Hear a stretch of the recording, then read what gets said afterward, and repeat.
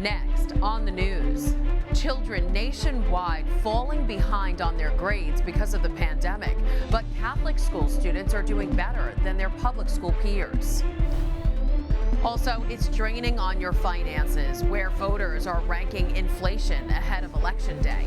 And you could see how it's a very spiritual place. And this is a place where God chose to communicate with us and also to become man. It's a pilgrimage to the Holy Land. Monsignor Jamie Gigantiello is with the faithful from the Diocese of Brooklyn in Israel, following Jesus' footsteps. Plus, they found happiness during a global health crisis. Now, this couple is celebrating their first anniversary after they met during the pandemic. I'm Christine Persichetti. Current News starts right now.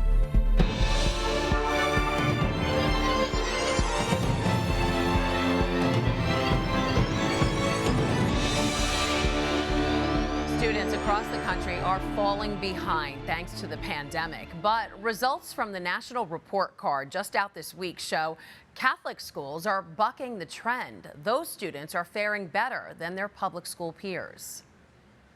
Good morning. During the pandemic, Catholic schools in the Diocese of Brooklyn remained open, while public schools in the city and beyond kept shutting down. That may be the reason why Catholic school students did better than anyone else in the first post-COVID national assessment. We are on the cusp of losing a generation of our children. The National Assessment of Educational Progress reading and math exams looked specifically at 4th and 8th grade students and was the first since 2019. More than 50 states and jurisdictions took part in the assessment, showing the largest decline in math scores since the initial trial in 1990.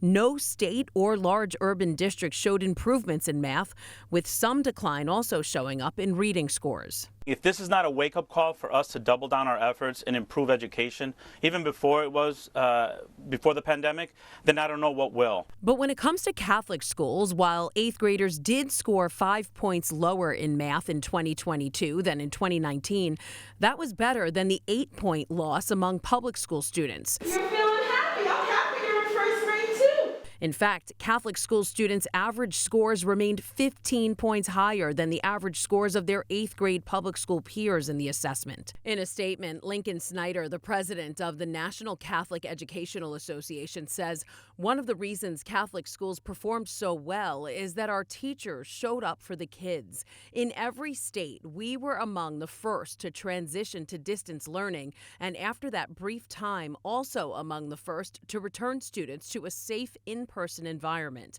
That's why I call our educators heroes. Let's take a closer look at the numbers. This graph from the National Assessment of Educational Progress shows Catholic schools outperformed public schools in almost all categories. From left to right, the average score in reading for Catholic school 4th graders was 17 points higher than the public school scores. 8th graders scored 20 points higher. In math, Catholic 4th graders did 11 points better, and 8th graders did 15 points better than the same grades in public schools.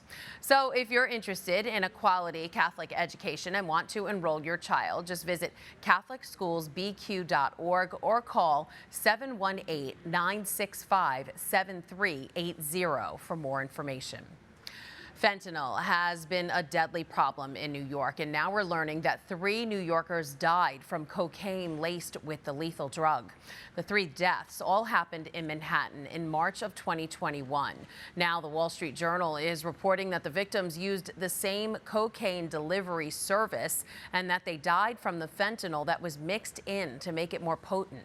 But even a tiny amount of fentanyl can be deadly. The Department of Health says every 3 hours someone dies of a drug overdose in New York City. Fentanyl is a factor in 81% of those overdoses. And in a 3-month span last year, from July to September, there were 709 overdose deaths. The tablet takes a closer look at the growing fentanyl crisis in New York in this week's paper. They even talked to a Brooklyn priest who has already taken steps to help any of his parishioners who may be struggling with addiction. He took a training course to learn how to spot a fentanyl overdose and to administer the antidote, naloxone. Police are searching for the 5 men they believe are behind the shooting of a Staten Island high school student. Authorities released this video of the suspects walking just across the street from Tottenville High School Tuesday afternoon. One of them took out a gun and fired multiple times. According to police, a 14-year-old boy leaving school was shot in the ankle. He was taken to the hospital with non-life-threatening injuries and is expected to recover. Schools, fentanyl, crime, all big issues for voters heading to the polls. But according to new data, inflation ranks as the top issue. Amy Kiley has the details. And sometimes I only eat one meal a day. Recent polls show inflation and the economy are the biggest issues among voters. But some of the nation's top bankers say they're worried about something else. Everything is going up except our income. A new report indicates consumer confidence is the lowest it's been since July, and the conference board says inflation is the main reason for the drop. I'm taking maybe a week to two longer between haircuts. Higher prices are forcing some people to curb their spending. If enough Americans do that, financial experts say the whole economy could slow down. I think the economy is likely sometime in the next year, year and a half to go into recession. Plenty of people who run the nation's financial sector think that too. Economic conditions are going to tighten meaningfully from here. Remember what the 2008 recession was like for some businesses in that industry? These are stunning developments. Two of Wall Street's iconic names, Lehman Brothers and Merrill Lynch, falling on the same day. But some top bankers and investors say inflation and a possible recession are not their biggest concerns. A group of them has been meeting in Saudi Arabia this week. We'll manage right through that. I would worry much more about the geopolitics of the world today. Specifically, there's an existential risk of war, international war. I'm Amy Kiley reporting. It was a heated hour-long debate. Governor Kathy Hochul and her challenger, Congressman Lee Zeldin, squared off in their first and only scheduled head-to-head before the election. Throughout Tuesday night's matchup, Zeldin repeatedly pivoted to the central focus of his campaign, crime, calling out the governor for not doing enough during her time in office. Zeldin also doubled down on his vow to immediately remove Manhattan's District Attorney Alvin Bragg from office if elected, accusing Bragg of failing to enforce the state's criminal code. Hochul, on the other hand, appealed to the state's pro-abortion voters, describing herself as the only person who can protect New York from Zeldin's pro-life stance.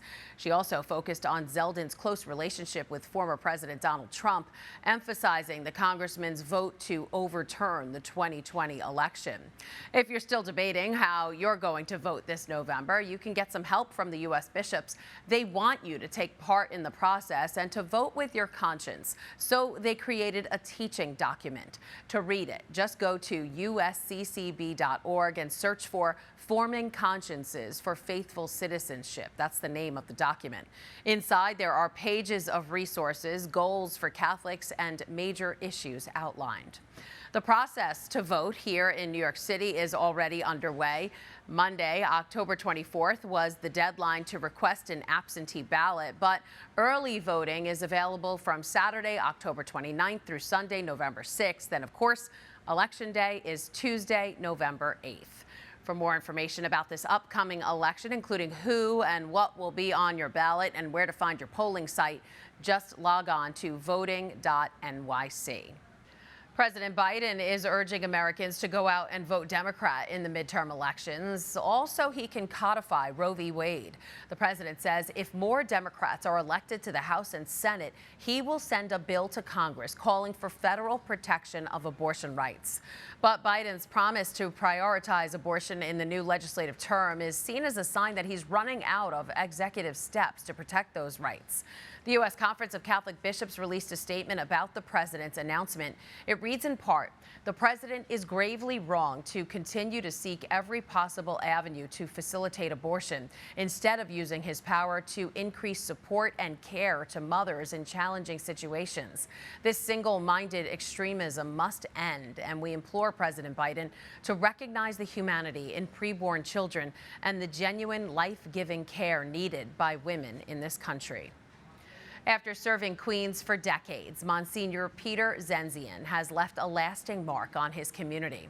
Sunday, members of Holy Cross Roman Catholic Church, together with Councilman Robert Holden, honored the late Monsignor by naming the corner of 56th Road and 61st Street in Maspeth as Monsignor Peter Zenzian Way. The Monsignor was an active member of his community, having served as pastor at Holy Cross Catholic Church for 13 years and then at St. Matthias Church in Ridgewood until his death in 2015.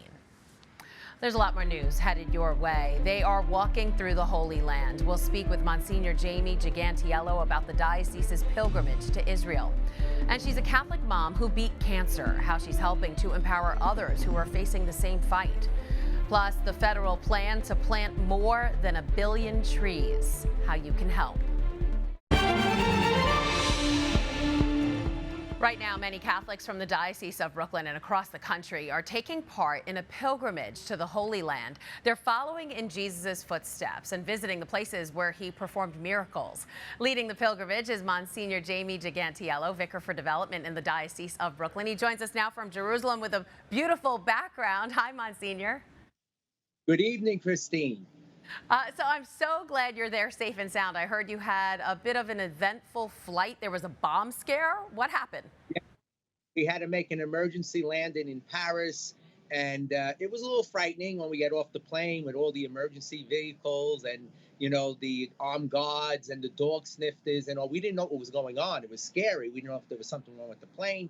Then we got off, and then the hard part was that once we got into the terminal, we all had to get on flights to get here. Some people went to Dubai. We had to go to Casablanca. Some people went to Madrid, Barcelona, Vienna. It was crazy, but that was the purgatory. Once we got here, everything was good.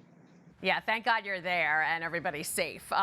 So the Holy Land, it took a devastating hit during the pandemic. There were virtually no pilgrimages. They lost hundreds of millions of dollars in tourism, making it difficult to maintain and preserve the holy sites. So now that you're there, does it appear to be back to pre-pandemic status? Well, Christine, this is my 5th pilgrimage here. And I have to say, this time, I could see that it's very light in the number of pilgrims, but I think it's coming back, listening to the tour guides. But you're right. The pilgrimages really support the holy shrines. And of course, we're here with the Knights and Ladies of the Holy Sepulchre, which their mission is to support the holy places and the holy shrines. So it's very meaningful for me to bring people here and to encourage them not only to support the shrines, but also maybe to become a Knight or Lady of the Holy Sepulchre. Absolutely, and I know you're visiting several places on this pilgrimage, but we'd need our own show to talk about all of them. Now, we do have a graphic that shows your itinerary. What would you say are the 3 biggest highlights of this trip? Well, I would say, first of all, to begin with, going to Bethlehem, to see the place where Jesus was born, and they'll go into Shepherd's Field to see that place. That's the first, I would say, very meaningful place. To see this is where God became man. And really, it's when you get there, it's so moving. And then I would say today, we went to Capernaum. We went to the Sea of Galilee. And that's where Jesus really performed his miracles. And that's where you see the mercy and the love and the compassion of God and how he touched us and how he's still touching us in many ways. So to bring people to these places is very meaningful.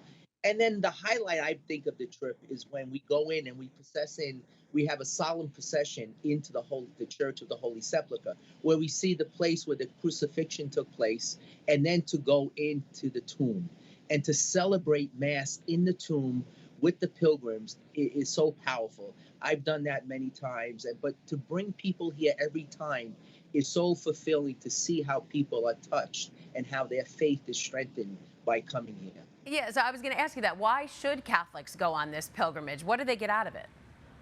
Well, first of all, to increase their faith. I mean, that's the first thing, because so many times we hear about these places and we have images in our mind. But to come here and to actually see the places where Jesus walked, where he ministered, where he died, where he was crucified, and to see how, our Blessed Mother traveled to see her cousin Elizabeth, it wasn't an easy journey. And that's one thing. And also to see, the beautiful landscape. Everything here is very dry, but you can see it's a very holy place because, the barren mountains, like touching the sky. And you can see how it's a very spiritual place. And this is a place where God chose to communicate with us and also to become man. So you can get all of that. So when you go back and you read and you listen to the scriptures, you can really put yourself in the footsteps of all the people, the disciples and the followers of Jesus, and even Jesus himself. Well, sounds like you're going to have a great trip. Monsignor Jamie Gigantiello, Vicar for Development in the Diocese of Brooklyn. Thanks so much for being with us, and stay safe. Can't wait to get home. She is an inspiring Catholic mother of two who started a business designed to help the community of people affected by cancer. Chrissy Canny's efforts are from the heart as she designs jewelry to help empower everyone affected by the disease, regardless of their diagnosis.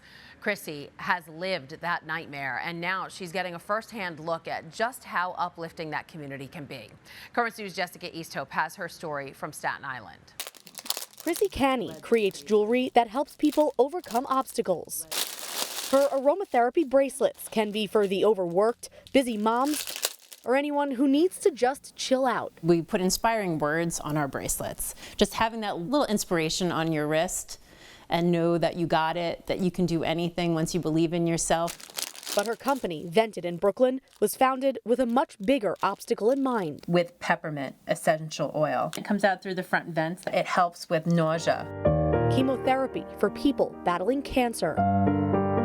It's all in honor of my dad, who I lost to cancer 18 years ago, and I've seen so many people I know affected by cancer, and I just wanted to bring a little joy to their lives. For every bracelet purchased, one is donated to a patient. Recently, Chrissy appeared on America's Big Deal. Millions watched her sell $12,000 worth of jewelry in just 30 minutes on a national stage. It was a big adrenaline rush. I'm like, I am doing this and I'm gonna rock it. But the highest of highs was met with the lowest of lows. Just days after the best day of her professional career, one of the worst days of her personal life. Chrissy was diagnosed with breast cancer. And quickly, the fight she's helped thousands through became her own. Going back and forth all these years of, I have dense breasts, Chrissy, you need an MRI, or Chrissy, you need this. I just decided that I did not want to have a lumpectomy. I did not want to go for radiation. Now the Catholic mom of two has decided to undergo surgery, a double mastectomy, giving her the greatest chance of overcoming. Once she recovers, Chrissy will get back to work, ever evolving her business that, at its core, helps others. This is something as women we have to be outspoken about. God puts you on a path for a reason, and that's what I believed with this journey, that I'm here to help other women. Her jewelry reminds people they're strong, brave, warriors. What started as words of encouragement have become her own affirmations. On Staten Island, Jessica Easthope, Currents News. Chrissy underwent that surgery back in February and is now officially cancer-free. If you're interested in purchasing and donating aromatherapy bracelets, then check out Chrissy's store at ventedinbrooklyn.com. You can read more stories about women of faith beating breast cancer in the Tablet newspaper. One of them is using her battle to help others, making it her mission to raise awareness about early detection. She organizes gatherings like a recent one at the Basilica of Our Lady of Perpetual Help in Sunset Park, so women screen early and know their options. To read more about this story and many others, just go to your local church and pick up a copy of this week's paper. And to make sure you don't miss any future stories, you can get them sent to you. Just subscribe online at thetablet.org. It's Italian Heritage Month, and Catholic schools in the Diocese of Brooklyn are celebrating with a little lesson in the kitchen. Wednesday, the students at Our Lady of Grace Catholic Academy donned their aprons and had a hand in making some traditional Italian dishes. They learned firsthand how to roll gnocchi and make fresh mozzarella. But of course, it wouldn't be a complete meal without dessert. So with a bit of help from the instructors from Frosty Cake, the little chefs got to bake their very own tiramisu. Wow, yum. All right, federal officials are rolling out an ambitious plan to fight the deforestation crisis that's at its breaking point in the U.S. It calls for the replanting of more than 1 billion new trees across the nation. So how will this massive environmental task be tackled? As Jeremy Roth reports, part of it involves you. The annual arrival of autumn colors across the land is a reminder not only of the living beauty of America's forests, but also the vulnerability of this natural resource, which now more than ever is fighting for its very survival. Wildfires are responsible for the destruction of millions of acres of forested land in the U.S. It's a problem that David Lytle of the U.S. Forest Service says has reached a breaking point. We are facing a wildfire crisis in the U.S. Wildfires are growing in both size and intensity. They're becoming more difficult to fight. And as a result of wildfires and our limited resources, we end up with a backlog of about 5 million acres of land on National Forest System lands that are in need of reforestation. Now, seeds of hope in the form of federal legislation called the Replant Act that couldn't have come at a more pivotal time. The bipartisan act not only delivers a much-needed infusion of funds and resources, but also sets an ambitious goal of planting and regenerating more than 1 billion new trees on U.S. soil over the next decade. Replant has been a game changer and is really going to allow us to address the wildland fire risk issues, to address climate change, and to address our reforestation backlog. But more than 1 billion trees? How exactly is a monumental task like that executed? We will be expanding our operations, hiring new people, and doing more work on the ground. Moving forward is going to take collaboration, cooperation, and partnership. So what can the rest of us do to help? You can plant a tree in your own yard. You can work with your community to help plant trees in communities. You can work with nonprofit organizations. You can volunteer. All of us have a role to play in reforestation. I'm Jeremy Roth, reporting. Still to come on Currents News, we've all heard about red wine having health benefits, right? Well, a new study says that doesn't matter if you're under a certain age. We'll explain. Plus, they found each other when they least expected it during the pandemic, and now they're celebrating a milestone anniversary. Do you have a story idea or want to share a tip? Email us at newstips@desalesmedia.org or call our 24-hour number, 718-517-3122. We'll be right back.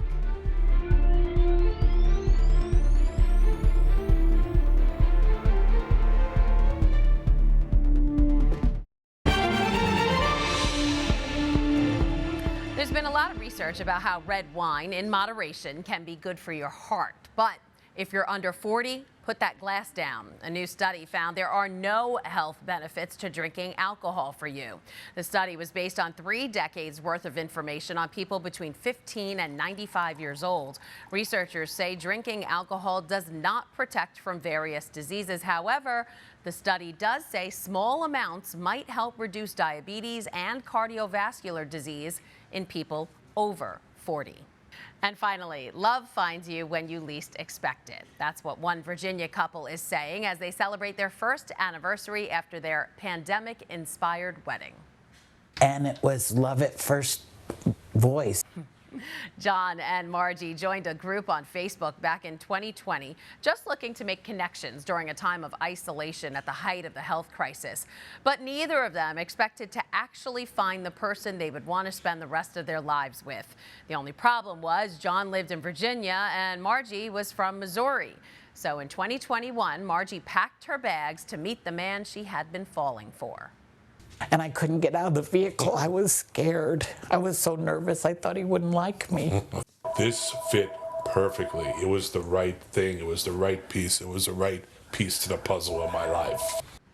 Aw, and just 7 months later, the two lovebirds tied the knot. They say they feel blessed to have found one another, and they couldn't be happier. So congrats to them.